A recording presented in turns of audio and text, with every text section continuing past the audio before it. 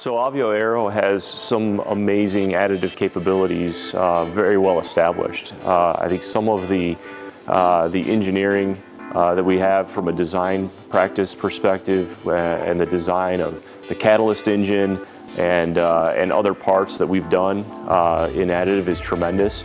To our lab capabilities in the Turn Additive Lab is just amazing, and the staff that we've developed in probably little over a year of existence there is very impressive.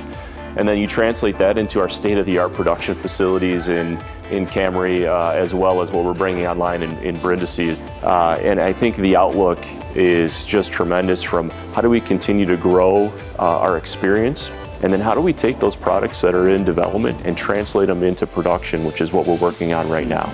So overall, very exciting to see the growth in the organization over here in Italy. For me and the people that join our organization, I think it's a time for you to hit the reset button on what your prior experience is. So whether you're coming out of school or you've been in this business for 30 years, it's a really exciting time to hit that reset button on how you think and how you operate, because of the transformational experience that additive has from a design perspective and an operations perspective. There are so many things that we don't know that we're learning every day. I mean, we walk in through the doors of our facilities every day and we invent and we create. So that's very exciting for anybody that's coming into the business, and how they just operate in a different working environment every day. Very creative. So the Brindisi site is going to be one of the jewels of our supply chain. Was there this week and got to spend time with the team, seeing the facility. And it was really just a few months after I joined the role where we made the decision to put production in the Brindisi site. So it was invigorating to walk this week and to see it go from discussions on paper to reality.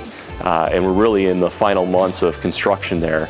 And in 2019, we'll be introducing our first parts for production in that facility. The team there is amazing. We've built a highly technical, skilled team. They're all very excited. The design engineers for some of the parts that we're launching are also there. From a site perspective, it's going to be one of the most technically rich sites that we have in additive. From the size of parts, very small to very large structural components, as well as 4 different additive materials that we'll be putting into production there. So we're very excited about what this brings to our supply chain. Digitally, the Brindisi site is already very digitally enabled. We were very impressed with what we saw this week, and in fact, we're looking at how do we take what's already existing within the facility from our other product lines that exist there, and how do we add an additive layer to it. And I think it's the sky's the limit for the Brindisi site, and we're really excited to be starting production there in 2019.